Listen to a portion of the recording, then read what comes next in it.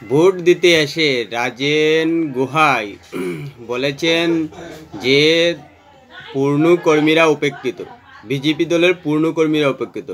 এই একটা কথাই রাজেন গুহার ভিতরে যে কূপ রয়েছে সে পরিষ্কার, কিন্তু সেই একটা বাক্যেই বোঝা যায় যে তার মধ্যে ক্ষোভ রয়েছে বা দলের পূর্ণকর্মীদের মধ্যে ক্ষোভ রয়েছে।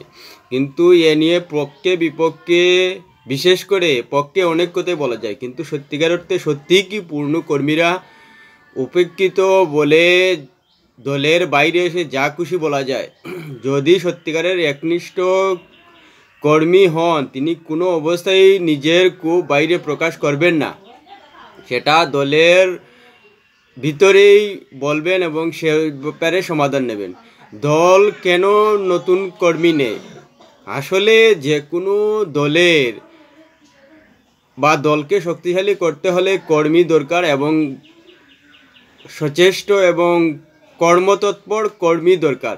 না হলে কিন্তু কোনো দলকে শাসনে বা শাসক হিসাবে উঠে আসা সম্ভব নয়, কোনো দলের পক্ষে শাসক হিসেবে উঠে আসা সম্ভব নয়। যেমন অসমের ক্ষেত্রেই ধরি না কেন, হিমন্ত বিশ্ব শর্মাকে দলে নেওয়ার পর দল শাসন ক্ষমতায় এসেছে এবং 5 বছর তিনি অপেক্ষা করেছেন, এবং 5 বছর অপেক্ষার পর তাকে মুখ্যমন্ত্রী করেছেন। যদি বিজেপি হাইকমান্ড সেই সিদ্ধান্ত না নিত, তাহলে কিন্তু বিজেপির অসমের শাসন ক্ষমতায় আসা নিয়ে সন্দেহ ছিল। আর মুখ্যমন্ত্রী ক্ষমতায় এসেছেন বলেই আজকের অসমের সেই কর্মতৎপর একটা সরকার দেখা যাচ্ছে, সেটা অস্বীকার করা যাবে না। আর মুখ্যমন্ত্রী হিমন্ত বিশ্ব শর্মা বিজেপিতে আসায় পীযূষ হাজারিকা, রূপজ্যোতি কর্মী এদের মতো অনেক কর্মতৎপর নেতা বিজেপিতে এসেছেন, এবং বিজেপি দিন দিন আরও শক্তিশালী হচ্ছে অসমে। শুধু অসম কেন, ভারতবর্ষের দিকে তাকালেও দেখা যায় যে বিজেপি অনেক নেতা বিভিন্ন দল থেকে টেনে আনছেন এবং তাদেরকে গুরুত্ব দেওয়া হচ্ছে। শুধু গুরুত্বই দেওয়া হচ্ছে না, তাদেরকে এনেই বিভিন্ন এমএলএ এমপি পদে নির্বাচনে নামিয়ে দেওয়া হচ্ছে। তাতে কি পূর্ণকর্মীরা অপেক্ষিত? সেটা কোনো অবস্থায় নয়। যদি যোগ্যতা না থাকে তাহলে শুধু পূর্ণকর্মী বলে কখনোই নির্বাচন জেতা যায় না। নির্বাচন জিততে হলে বলিষ্ঠ এবং সক্রিয় কর্মীর দরকার এবং জনপ্রিয় কর্মী দরকার, যাদের জনগণের মধ্যে গ্রহণযোগ্যতা রয়েছে, সে ধরনের কর্মীর দরকার। আর শুধু দলে পূর্ণকর্মী বলে লড়িয়ে দিলে কখনোই জেতা সম্ভব নয়। সেটা রাজেন গুহাই যদি একজন বরিষ্ঠ নেতা হিসেবে না বুঝেন, সেটা দুর্ভাগ্যের। কারণ হয়তো রাজেন গুহার ইচ্ছে ছিল যে তিনি নগাঁও আসন থেকে জিতবেন এবং দল তাকে মনোনয়ন দেয়নি, সেটা হতেই পারে। কিন্তু তার থেকে যদি ভালো এবং জনপ্রিয় নেতা থাকেন, তাহলে সেটাকে তার মেনে নেওয়া উচিত। কেননা দলটি শুধু এক রাজেন গুহার দ্বারা নগাঁও এবং অসমে প্রতিষ্ঠিত হয়নি, হাজার হাজার লক্ষ লক্ষ জনগণের জন্যই বিজেপি আজ অসমে প্রতিষ্ঠিত হয়েছে এবং শাসনে এসেছে। তাই সে কথাটা অস্বীকার করা কোনো অবস্থায় রাজেন গুহার মতো পূর্ণ নেতাদের ঠিক নয়।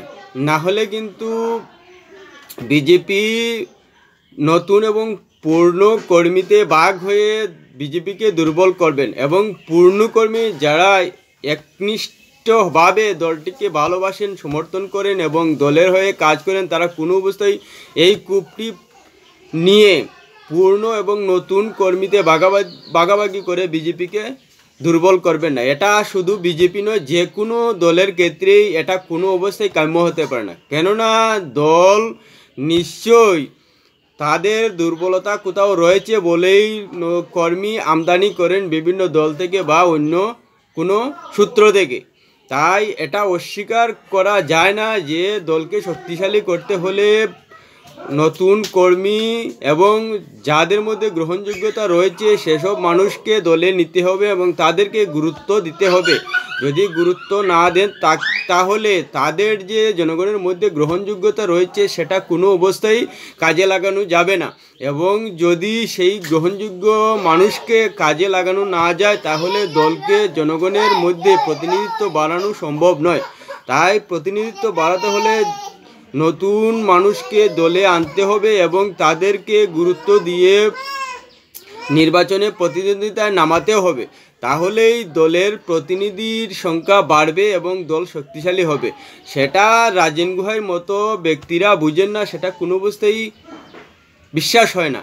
তারা জানেন, কিন্তু নিজেদের পাওয়া না পাওয়া নিয়ে খুব তাকায়, সেটা ধৈর্য ধরে মেনে নিতে না পারা এভাবে বহিঃপ্রকাশ হয়ে যাচ্ছে এবং তাতে যে দলের ক্ষতি হচ্ছে সেটা বুঝতে পারছেন না।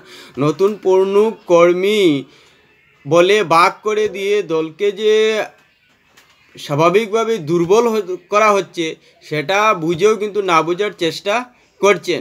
তাই হিমন্ত বিশ্ব শর্মা বলেছেন যে এখন সময় হচ্ছে রাজেন গুহাইয়ের মতো নেতাদের বিরুদ্ধে হাইকমান্ডের অবস্থান নেওয়া। অথচ দেখুন যে পূর্ণ বা নতুন বলে কি বোঝাতে চাইছেন। অথচ দেখুন যে হিমন্ত বিশ্ব শর্মাও বিজেপিতে আসার 10 বছর হয়ে গেছে, কিন্তু তাকেও নতুন কর্মী বলে কুচা দেওয়া হচ্ছে, কিন্তু সেটা কোনো অবস্থায় কাম্য নয়। কেননা হিমন্ত বিশ্ব শর্মার মতো নেতারা বিজেপিতে এসে একনিষ্ঠভাবে কাজ করছেন এবং নিজেদের গ্রহণযোগ্যতা কাজে লাগিয়ে বিজেপিকে আরও শক্তিশালী করছেন। যদি নতুন কর্মী বলে নিজেদের গুটিয়ে নিতেন তাহলে কিন্তু বিজেপি আজকের অবস্থানে এই সময় থাকতো না।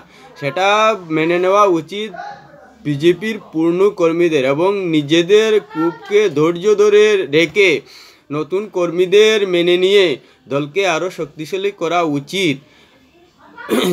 বিজেপির পূর্ণ কর্মী হিসেবেই, বিজেপির একজন সৎ কর্মী হিসেবেই সেটা তাদের মেনে নেওয়া উচিত এবং দলকে আরও এগিয়ে নেওয়া উচিত নতুন কর্মীদের সঙ্গে হাত মিলিয়ে। ভিডিওটি ভালো লাগলে অবশ্যই কমেন্ট করবেন এবং পরবর্তী ভিডিও পেতে সাবস্ক্রাইব দিয়ে রাখবেন।